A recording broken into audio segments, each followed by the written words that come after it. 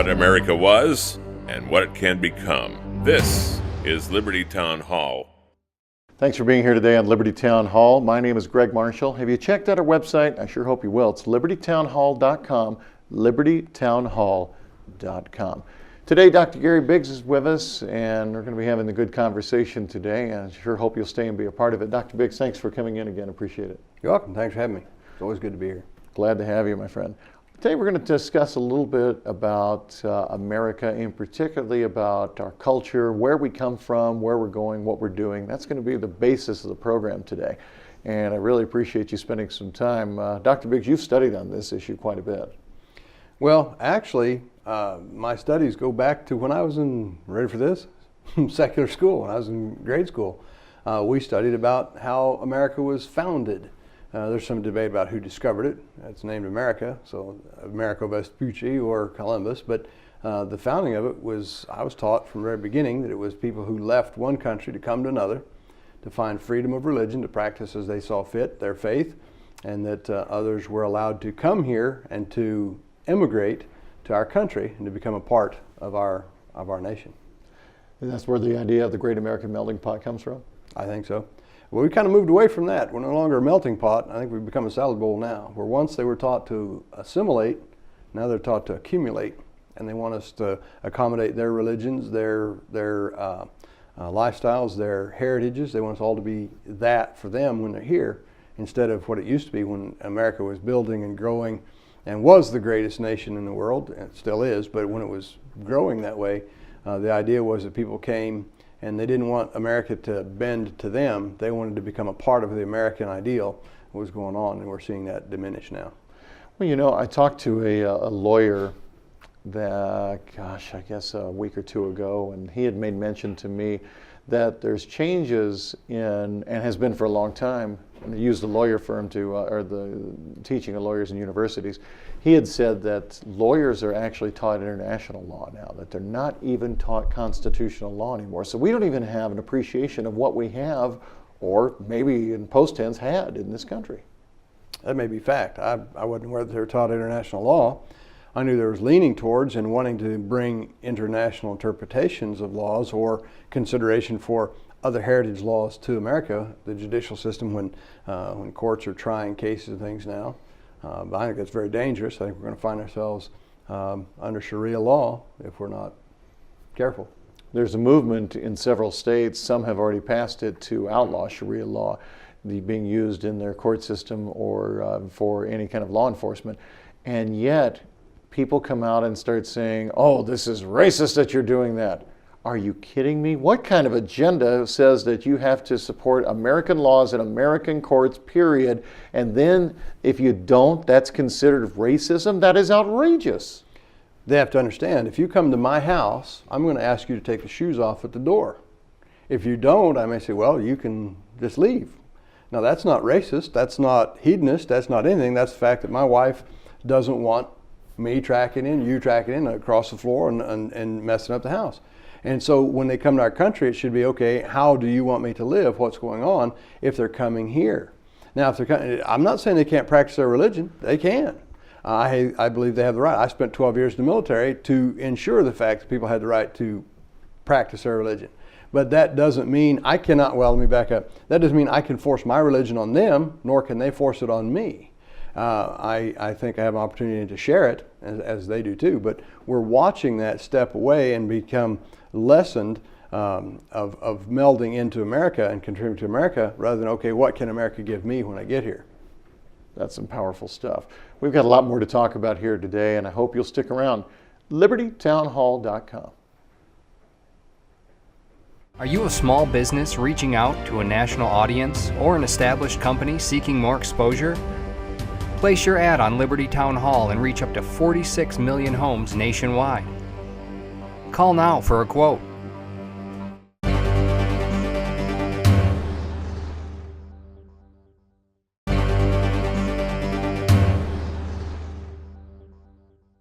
We the people, who is America? Good question. That was the subject we started off with Dr. Gary Biggs. As a matter of fact, he picked the title for us and said, wow, that looks good. Let's just go with it. So why don't you know a Webster definition? Of We the people, or You asked for the title. Why the title? why the title? Because it used to be people were of this origin, but they were American. Some years back, there was a poem that John Wayne did called "The Hyphen," and he said something to this effect, and I probably won't quote it exactly right. That it seems that when a man calls himself an African American or a Mexican American, when he puts a hyphen there, he's a divided American. We're watching our country actually come apart. Where once it was the melting pot, everybody came here and they melded in. The Italian came and added an Italian flair to what was going on, and the Korean came and added Korean flair, or you name wherever they came and they added something too, and it all became a better substance. Now it's almost like these pockets and people are coming. They don't even want to learn the language. They have to for citizenship, but they're wanting us to learn languages. You look at packages; it's printed. Dual languages on the packaging, and it costs extra. It costs all this, which I believe, and I'm not opposed to people coming. I want people to come to my country. I believe this is the greatest country in the world, greatest opportunities, greatest all about it. But when they come, instead of trying to tear it down and take it apart, the fact that they're coming here tells me that they came because what they had was not what they were looking for, what they needed. This was better. So don't come to what's better and try and take it apart. Come to what's better and become a part of it. And I'm seeing the country that was great, that I grew up in, and I don't think it's going to be the same for my grandchildren as they're growing up in it. And as people become, it's actually not as healthy for those indigenous people groups that come to be separate and apart. It's like they have their own little country, just moved in a different continent, and there's no improvement there. So it doesn't help either side of that fence. As we look at this, where did it start? I mean, is there a place that we could look at in time and say that that's where things started separating, started hyphenating? You mentioned John Wayne brought it up. It's been going on a lot longer than I thought it had been. Oh, that was a poem called "The Hyphen," and I'll see if I can. But think about it; he's been gone a long time. He has. So this has been going on a lot longer than I think I've perceived. Well, long enough. Did you know that John Wayne had a recording album? I did. A long play album that he did, and that was on there. It was on there. Yeah, so anyway, he does the Pledge of Allegiance, among other things. Yep, that was on there. I think it started with plain old prejudice, racism is what I think. And by the way, racism I think is a sin against God itself, because He created all the races. He created them equally. Actually, there's only one race, the human race. Yeah, why do we call them race? Why do we call other people race? Why do we do that? I really don't know. Maybe it's because we feel we're in competition with them. Maybe we feel that they are different than us, but they're not. They're the same. There's a few variations on the outside, but you and I are different. You have hair and I don't. Well, on top of our head. I wear glasses, you don't. They're different. There are no more differences than that. Culturally, economically, gender, all those things. But I think that this segregation of America instead of the melting pot came because of racial fears. Well, they're different. And so some came and they were afraid to integrate because they didn't know the language. They couldn't. I'm thinking of places they call them like Chinatown or Little Mexico or things like that. When I ran bus route, Sunday school bus route in the Chicago area, you go in a place called Little Mexico. And you went in there, no dije inglés in Poquito, Mexico. Nobody spoke English in there. They didn't speak English in Little Mexico. They spoke Spanish, and it was like stepping in a different culture. They painted the architecture the same, that everything was the same. And they didn't integrate, and then people didn't get to know them, and so now there was this big wall of division there, and what I'm seeing is, and I don't claim to be the scholar of the age or the sage of the age that knows everything, but I'm watching my country totally disintegrate and coming. We have, for example, here in Michigan, you have certain areas that they're all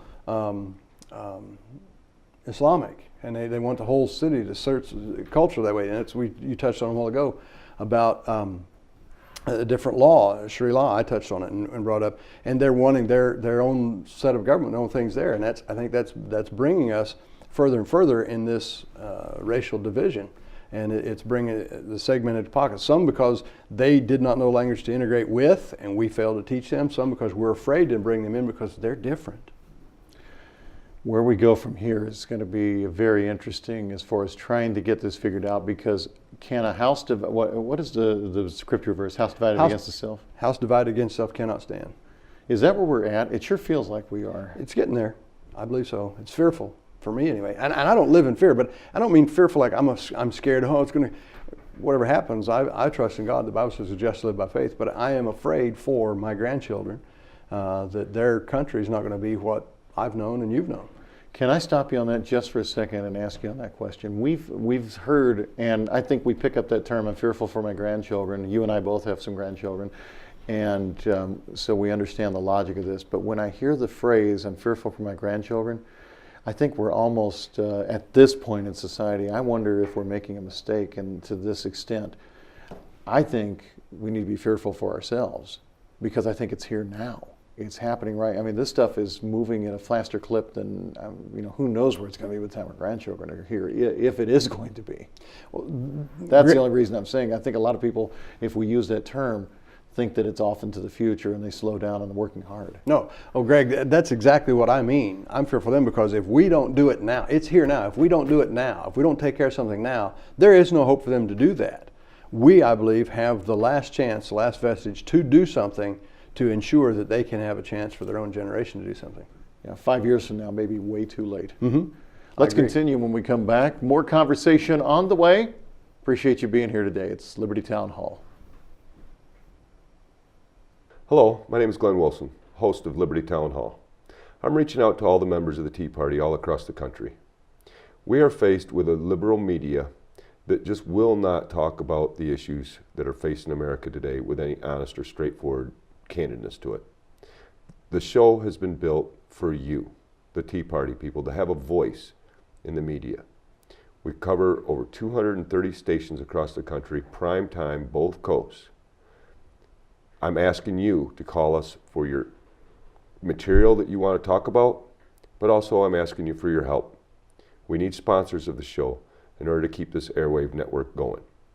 Please call us, support the show. I'm asking for your help. May God bless you, and may God bless America. Thanks.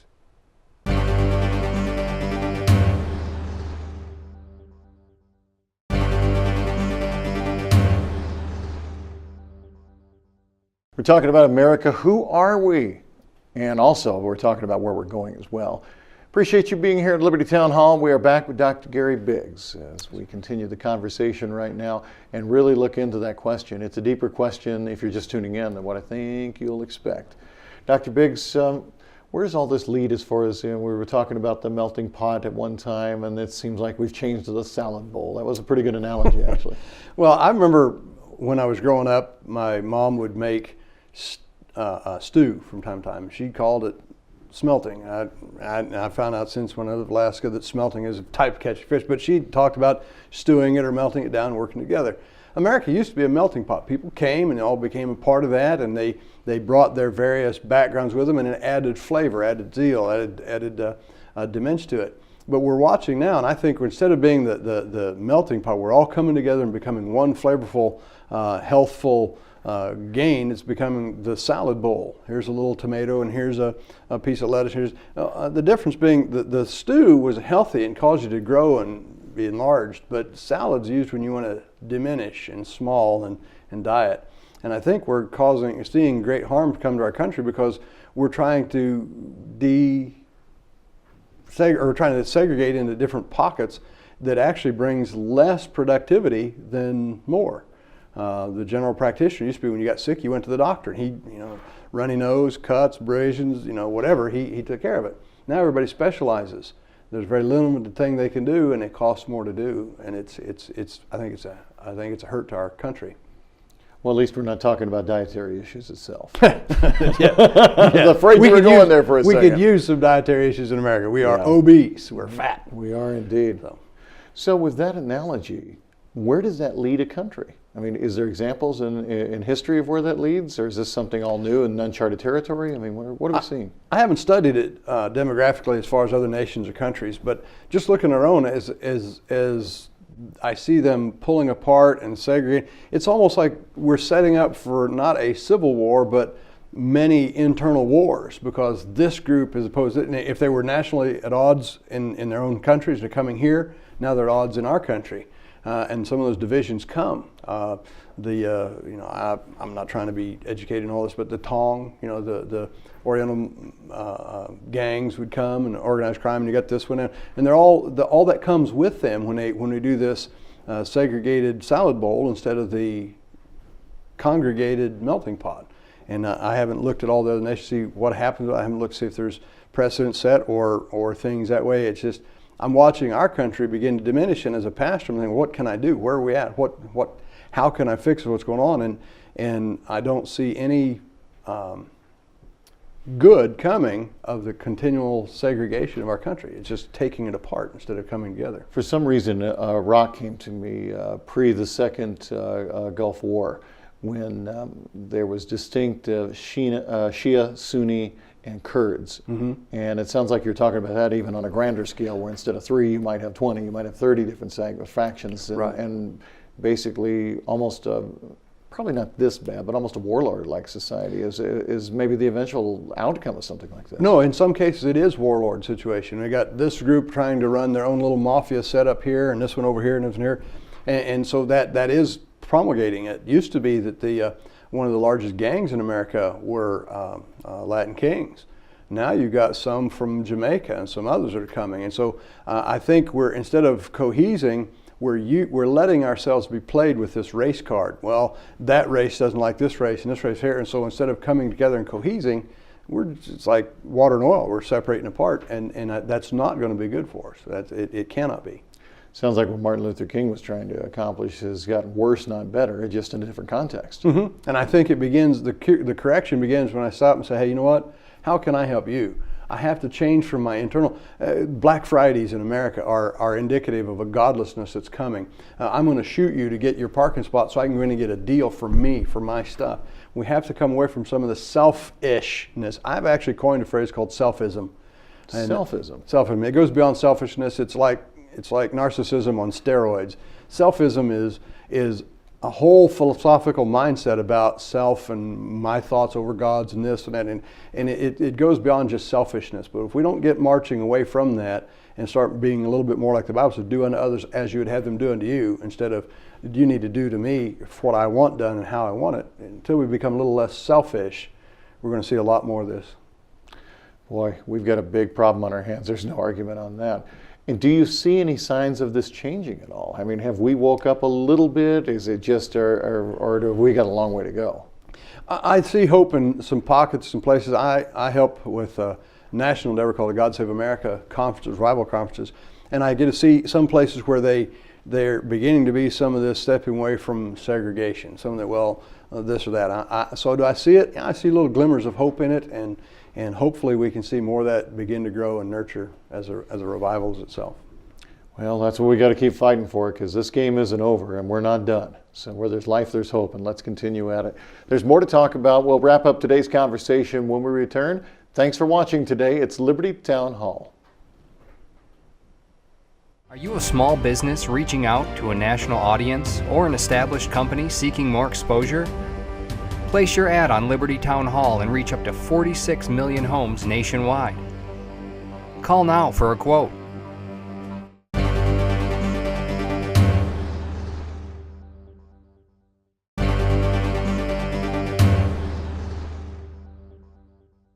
You know, the sad reality is that the conversation that we have just had today, and I'd encourage you to watch it if you've not caught the whole episode, or if you'd like to share it with a friend, at libertytownhall.com, libertytownhall.com. The sad fact is, Dr. Biggs, is that there's going to be people watching this, and some will actually, to try to combat what we're saying, because they have a very different agenda. They're actually going to call this discussion, oh, that's being racist. Oh, that's being you're scared of people. Oh, you're just you're afraid of cultures coming in. Ridiculousness. If you listen to the context of this program, that's why I'm encouraging folks to go back to libertytownhall.com and listen to this episode, or watch this episode again, and be a part of it. In fact, the exact opposite of what you just mentioned is what I'm trying to talk about. I'm not afraid of people. Come on in, come together, be a part. Instead of trying to be your own separate self over here and me be my own separate self over here where I don't know anything of your culture, merge, meld, become a part. Be part of the solution instead of part of the problem. And segregation and separation is the problem in this ground. Now separation, I think we need to be separate from some of the wicked, wild, woolly, nasty stuff, yes. But as far as people goes, we need to be inclusive, not exclusive. And we've missed that so much in society today. And I don't know, my suspicion is based on conversations I've had with people in the legal system and also in government, is that when new immigrants come here, they're actually taught this. I mean, look at Mexico, for example. We've caught flyers that people have dropped out of their pockets and so forth, that the Mexican government has printed, telling people how to come to America, how to establish themselves, and how to get government benefits. I mean, this isn't about anymore how and that's just one example. There's several others. I mean, the thing is, we're not about trying to become part of the nation anymore. We're about seeing what kind of, many, not everybody, but many are coming here to see what kind of hustle they can pull. That's a silent statement. What Yes, can I it is. get? Give me, I want. Give me.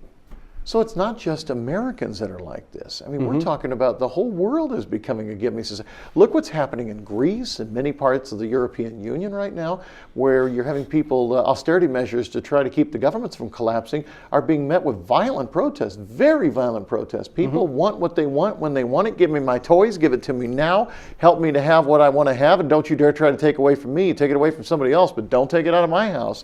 Amazing. It's an addiction that's been bred into us, built into us, inculcated, whatever term we use, and that is that I deserve it. Hey, that's my right. I'm entitled to that. And that's not in the Constitution anywhere. It's not in the Bible. In fact, the Bible says if a man would not work, he should not eat. And so to encourage that is almost like a crack cocaine pusher, getting someone a few free meals, and now they're addicted, they have to have it. So using that example in scripturally, there's always been people throughout recorded history that have been that have, I guess for lack of a better word, lazy. But at the same point, there has been ways to deal with that. Man should not work, he shall not eat. If a man would not work, he should not eat. In other words, don't reward a man for laziness. Now, there's a difference between a man, if it didn't say if a man cannot work, I think we should help those that can't or those who are laid up. And I don't have a problem with the system we have of being a safety net, where you fall into it. Yeah, but too many have tried to make it the hammock. They want to live in it. And that's helped us see what I'm talking about here today. Instead of becoming the melting pot, we're coming together. Wait a minute, this group gets it, I should get this. They get that, I need this. And we're seeing it separate, come apart, because the very things we're trying to use to pull them together. How do we help people not to be lazy, those that can't, or those that can? That's going to be an educational process that takes a while to take place, because first of all, it's like dealing with an addict. You have to break the habit. Cognitive behavioral therapy says recognize what you're doing, change what you're doing to change how you think. The Bible says, be not conformed to this world, but be transformed by the renewing of your mind. Romans 12:2. That's powerful stuff. We're going to have to leave it there, not because there isn't more to talk about, but because we're out of time. We may be leaving here, but we're always at libertytownhall.com. I'm Greg Marshall for Dr. Gary Biggs. Thank you for watching. Hope you have a great day.